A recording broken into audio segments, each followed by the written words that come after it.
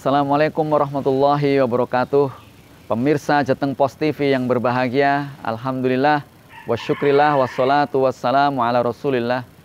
Alhamdulillah, pada sore hari ini kita berjumpa kembali dalam acara Kultum Ramadan. Semoga Allah berikan keberkahan kepada kita dan keluarga kita. Allahumma amin. Sholawat dan salam semoga Allah berikan kepada junjungan kepada Nabi Muhammad SAW selaku khutbah kita, dan mudah-mudahan kelak kita diakui sebagai umatnya dan mendapatkan syafaatnya di yaumil qiyamah. Allahumma amin. Pemirsa Jateng Pos TV yang berbahagia, alhamdulillah kita sudah masuki bulan suci Ramadan, dan bulan suci Ramadan ini menjadi sangat istimewa kata Allah Subhanahu wa taala karena di dalamnya ada diturunkannya Al-Qur'an. Syahrul Ramadan alladzi unzila fihi al-Qur'an hudal linnas wa bayyinatin minal huda wal furqan. Bahwa bulan Ramadan ini adalah bulan diturunkannya ayat Al-Qur'an yang menjadi petunjuk bagi manusia. Tetapi pada kesempatan yang lain Rasulullah SAW dalam surat Al-Imran ayat 30 Rasulullah menyampaikan bahwasanya mengeluh kepada Allah Subhanahu wa taala. Ya qala Rasulullah, ya Rabbi inna qaumi ittakhidhu hadzal Qur'ana mahjura. Ya Tuhanku, sesungguhnya kaumku ini menjadikan Al-Qur'an itu mahjura. Mahjura itu artinya diabaikan, dilalaikan.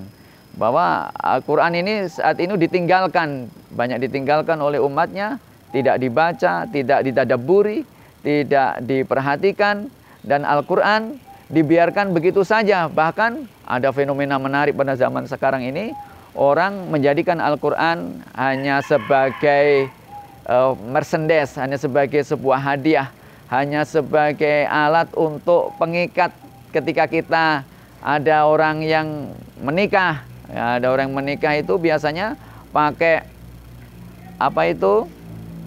Pakai hadiahnya, pakai maharnya adalah seperangkat alat sholat, dan di dalamnya ada Al-Quran. Setelah itu Al-Quran tidak dibaca-baca lagi, ditempatkan di tempat yang tidak pernah kerawat, tidak pernah dibuka, dan tidak pernah dipelajari.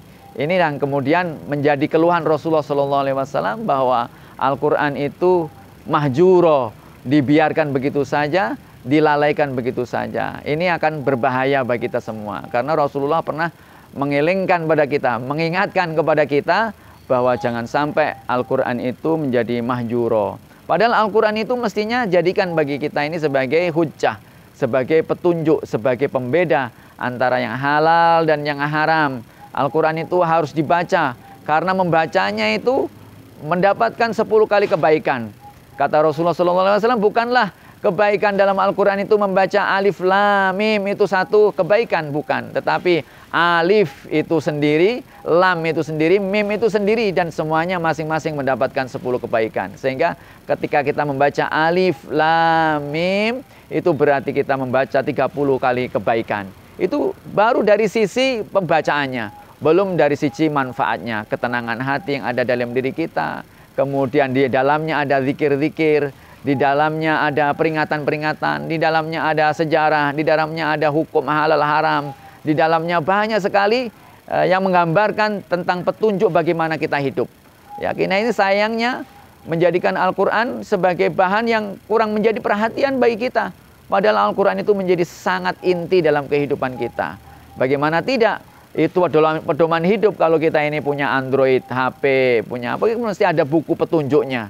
Nah, butuh petunjuknya itu apa? Al-Quran itu sendiri dalam kehidupan kita ini. Lah, kalau kita tidak menggunakan butuh petunjuk dalam menggunakan atau mengoperasikan kehidupan atau kehidupan apa saja, ya itu kita akan kesulitan sendiri. Oleh karenanya, marilah kita jadikan Al-Quran itu sebagai pedoman kehidupan kita, sebagai magnet bagi kehidupan kita, sebagai petunjuk bagi kehidupan kita, dan sebagai sesuatu yang istimewa dalam kehidupan kita. Terlebih-lebih pada bulan suci Ramadan ini, Al-Quran mari tidak hanya kita baca sebanyak-banyaknya.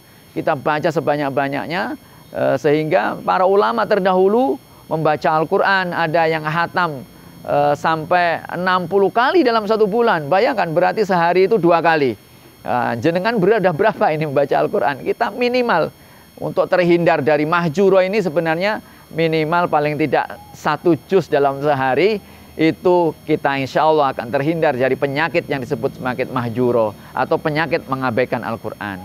Tapi kalau kita ini masih enggan membaca Al-Quran, enggan mendengarkan Al-Quran, enggan mengkaji Al-Quran, enggan, ya bisa berbahaya, bisa masuk dalam kategori penyakit mahjuro itu. Padahal Rasulullah SAW selalu berdoa kepada Allah Subhanahu Wa Taala agar umatnya terhindar dari membiarkan Al-Quran secara mahjuro itu dan menjadikan Al-Quran sebagai kunci dalam kehidupannya. Semuanya harus kembali kepada Al-Quran.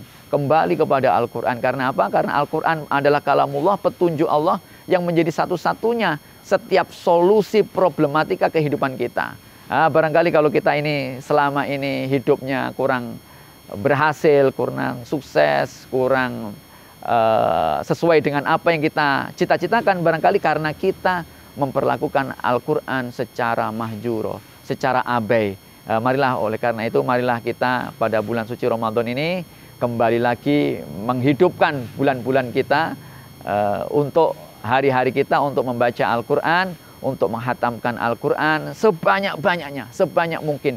Waktu dan kesempatan kita gunakan di sela-sela kita kerja, di sela-sela kita istirahat, di sela-sela kita melakukan aktivitas, kita tetap saja membaca Al-Quran. Karena betapa besar pahala Al-Quran itu, baik kita tidak hanya pahalanya, tetapi manfaatnya. Manfaatnya yang besar sekali bagi kita. Sayangnya masih banyak di antara kita yang enggan mengambil Al-Quran sebagai jalan hidup dan menjadikan sumber-sumber lain sebagai pedoman dan jalan hidup. Inilah banyak orang yang jauh dari keberkahan karena menjauhkan dirinya dari Al-Quran. Padahal kalau kita mau mendekatkan diri dengan Al-Quran, maka keberkahan itu akan selalu ada dalam diri kita. Marilah kita kembali lagi kepada Al-Quran. Bulan suci Ramadan adalah bulan Quran. Dan salah satu keistimewaan pada bulan Ramadan ini, karena Al-Quran juga diturunkan secara bertahap.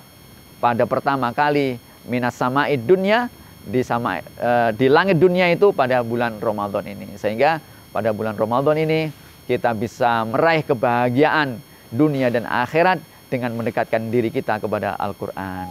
Mudah-mudahan bermanfaat. Billahi taufiq wal hidayah. Wassalamualaikum warahmatullahi wabarakatuh.